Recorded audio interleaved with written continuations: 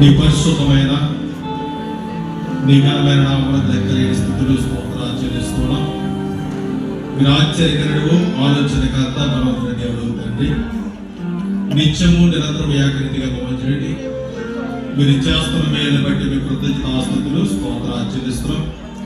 భూమిని ఆకాశాన్ని సృష్టించి మానవ మాతృ బొమ్మలను తల్లి గర్భము ద్వారా ఈ లోకానికి మరి పంపించినారు తండ్రి. నరుడు ఒంటరిగా ఉండడం మంచిది కాదని ఎవరి బిడ్డల తండ్రిని కృపలో జ్ఞాపకం చేసుకుని దాన్ని ఒక్కడిగా చేయడానికి మీరు ఇచ్చినటువంటి గొప్ప సదావకాశం కృతజ్ఞతాస్తుతులు స్తోత్రాలు చెల్లిస్తున్నాం.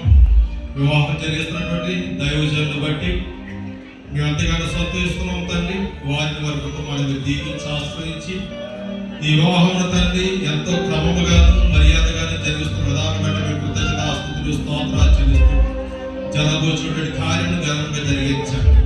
వివాహం చేసుకోబోతున్న బిడ్డలందరూ మీరు దీవించి ఆశీర్వదించండి.